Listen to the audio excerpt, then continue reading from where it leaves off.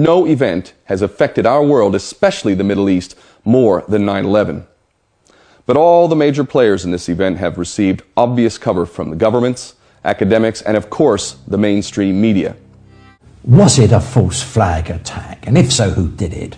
Well, there's just no question for those of us who are thinking the idea that these 19 hijackers led by a man in a cave in Afghanistan with some of whom are still alive. Yes, indeed. And the lead hijacker being Mohammed Atta, who was snorting cocaine, drinking booze, and hanging out with strippers. Couldn't fly a plane in a million years. I mean, it's such an insult. It's beggars belief that anyone bought that in the first place. It is indeed a false flag operation. The people that I would say we have absolute proof, beyond a doubt, which really indicts certain characters, and I think is very little talked about, is the purchase of the lease of the Twin Towers in the first place by Larry Silverstein and Frank Lowy. Now, these two billionaire Jewish businessmen bought buildings which financially were nothing but a liability. They were full of asbestos. They were full of asbestos. It had already been well documented that the cost of extracting the asbestos was in the billions. You couldn't just destroy the buildings because, of course, the buildings coming down would just release asbestos all throughout New York.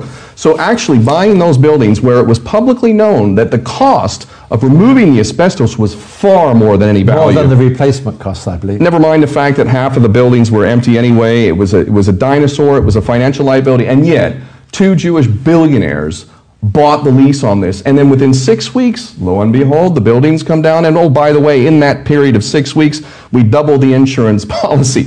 If that was a Muslim, if it wasn't Larry Silverstein, if it was Mohammed, who was a Muslim who did that, we would all know about it, and it would be obvious. No way would a Jewish billionaire businessman who's made billions in business buy a building that's a financial liability. He must have known, and of course he has direct contacts to his friend Netanyahu, war criminal that he is, and Jewish Zionist interests that have every kind of reason. You mentioned the empty floors on the buildings, and there's no doubt that some of the floors were sealed in the weeks beforehand, and there were workers going in and out. And nobody never knows what they were up to. Mossad front companies, Mossad agents that were caught on the day, some with explosives in vans. We can go on and on and on and on. It wasn't purely Israel. It wasn't purely. There were traitors in the U.S. as well. Well, the attack on 9/11, 2001 on the New York World Trade Center, instigated by Mossad. That report, by the way, never told the truth. It never ever mentioned the collapse of Tower Number 7, which wasn't even touched by an aeroplane. Sir, I asked you if you could address some of the 9/11 conspiracy theories that you're accused of. Sadly, your response has actually invited more of them. I mean, for the record, everybody knows your infamous comments on PBS where you said pull Building 7 on 5/25 on the day of 9/11. They were not sure they were going to be able to contain the fire. I said, you know, we've had such terrible loss of life. Maybe the smartest thing to do is pull it. And they made that decision to pull, and then we watched the building collapse. Your official response was that it was the firefighters.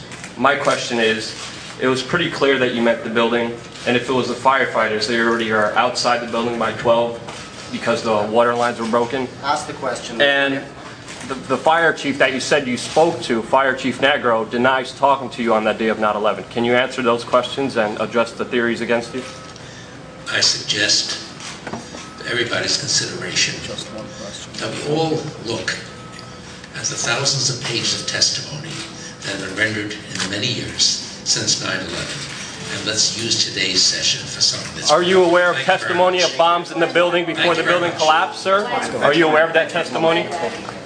Sir, there's testimony by Barry Jennings. Sir, you don't have to touch me. Listen, I'll walk away. All I'm asking is a question. I don't have to be kicked out. It's a legitimate question. You don't have to put your hands on me. But all I'm saying is, no, I'm not. I'm here asking. The question was not answered. That's why I have a grievance. Larry Silverstein was told not to come into work. That's why him, his daughter, and his son never showed up to work on 9/11. He put an insurance policy on the buildings. Reporters, do your job. Please ask some questions.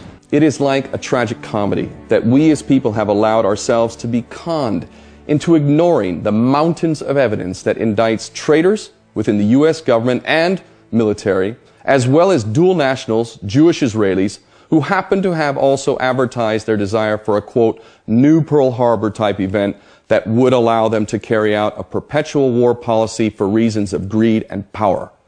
Wrapped up in a blanket of patriotism, of course.